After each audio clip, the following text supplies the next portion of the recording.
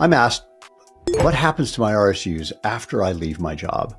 And not surprisingly, it depends.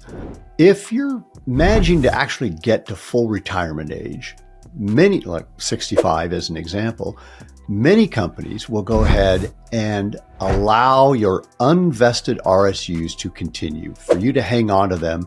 And it's really kind of additional compensation that you'll receive over the next several years after you've retired from full-time work.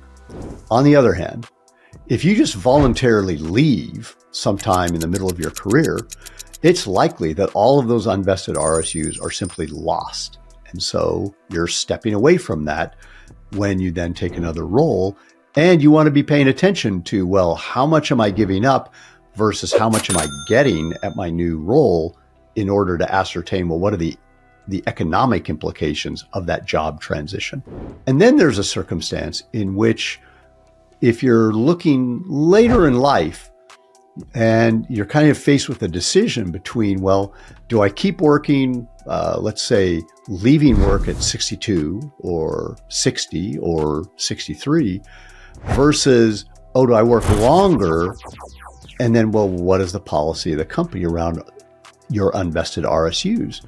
Because if, as an example, you were to leave at 63 and a company said, well, you know, you've now given up on all those unvested RSUs, but if you had worked an extra 18 months or 2 years until you were 65 and you got to keep all those unvested RSUs, then you could almost think as though, oh, well, in those last 2 years, even though it's getting spread out over 5 years, I'm getting a lot of compensation. And so it may very well be better to postpone retirement in order to get that extra value of those RSUs.